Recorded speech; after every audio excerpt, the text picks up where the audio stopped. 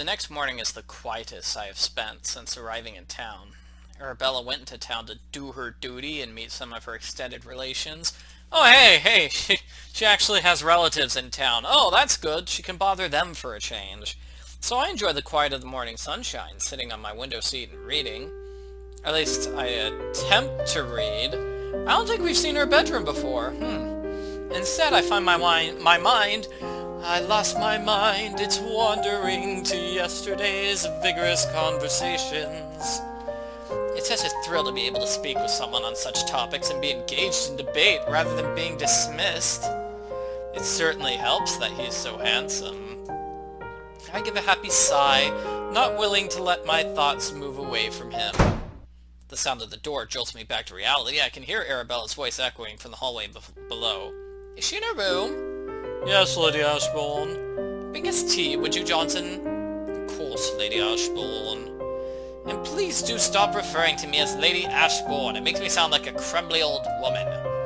I'm afraid it is how it must be, Lady Ashbourne.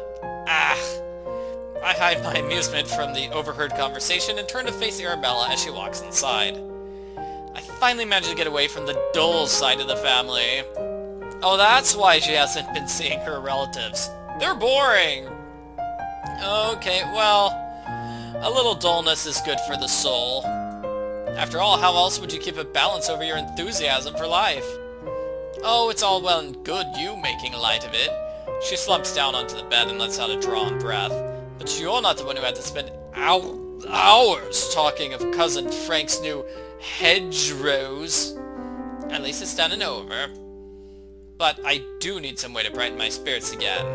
Her eyes sparkle with a sudden smile and she leans forward. How about attending the event hall this afternoon? There's quite a gathering to be held there, if I remember. There would be little point in me refusing, would there? You have that look about you. How well you know me, Catherine. We'll have tea and set off. Yes, we have to have tea before going to the event hall. Naturally.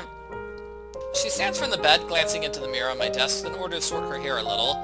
I do hope my cousins won't be there. With a mischievous smile on her lips, she leaves the room.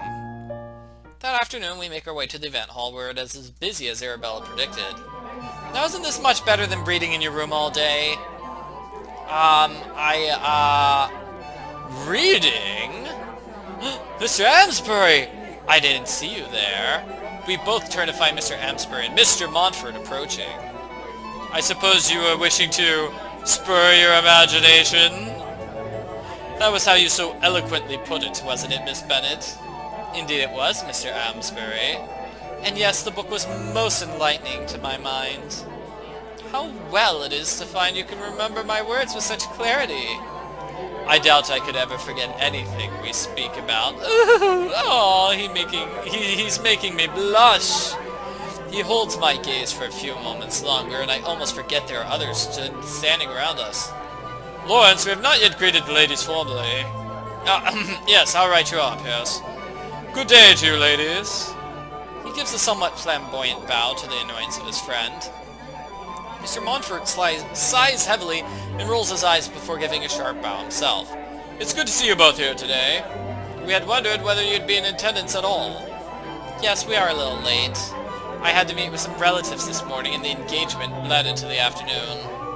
Well, you're here now, and that's the important thing. Would you allow us to escort you into the room? We'd be delighted. I take Mr. Amesbury's offered arm, the feeling of stepping in a place beside him almost comforting. Arabella and Mr. Montfort walk a couple of paces in front.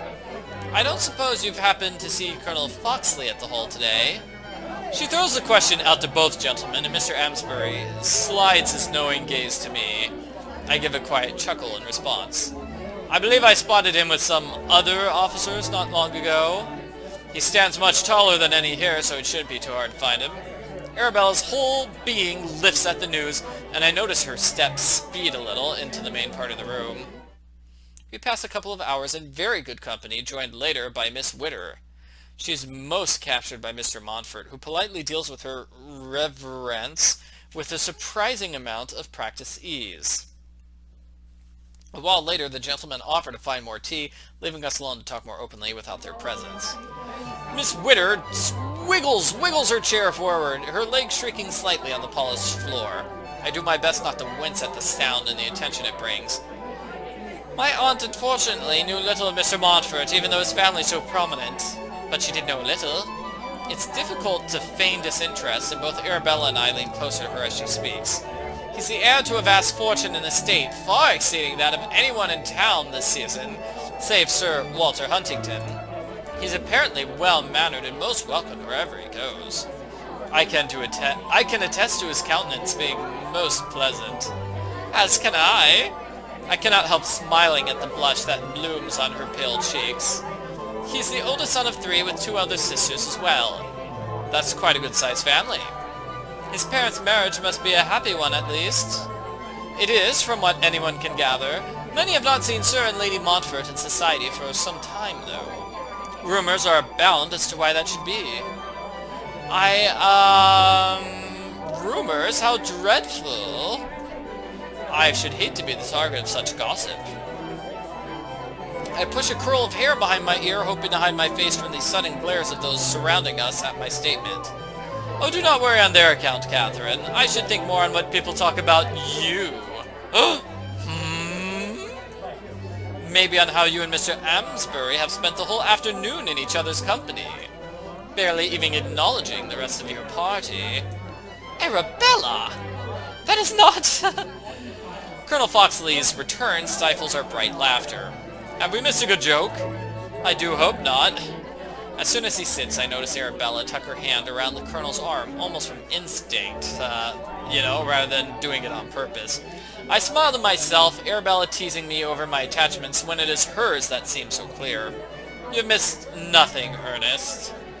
The two are once again lost to each other, and I hear a loud sigh from Miss Witter as she realizes it too. I suppose I'd best return to my aunt's. She gives a final curtsy of goodbye before scuttling away through the crowd. Mr. Amesbury and Mr. Montfort take her place. Miss Witter is no longer to join us? No need to sound quite so relieved about it, Pierce. I did nothing of the sort.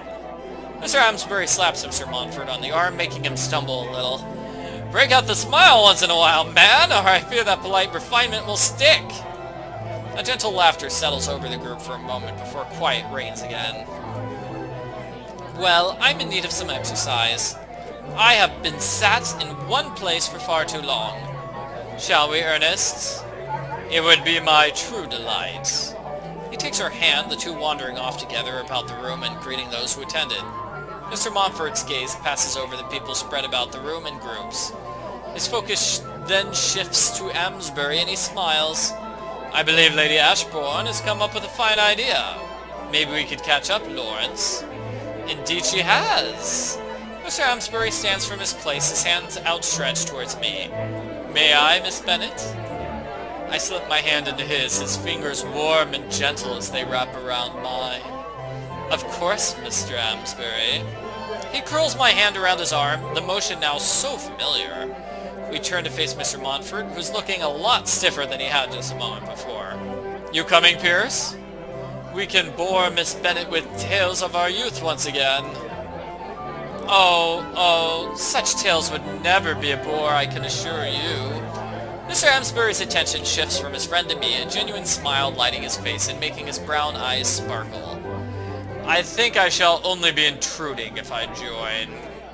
Don't be If you'll excuse me, I do need to return home anyway. Ah, he's leaving me alone with Mr. Amesbury. Thank you, Mr. Montfort. I must write to my family, lest they fear I did not arrive in town safely. He gives a quick bow and suddenly strolls away before we can protest. Pierce! But Mr. Amesbury's call does not stop the man as he disappears towards the exit. How odd. Is everything alright?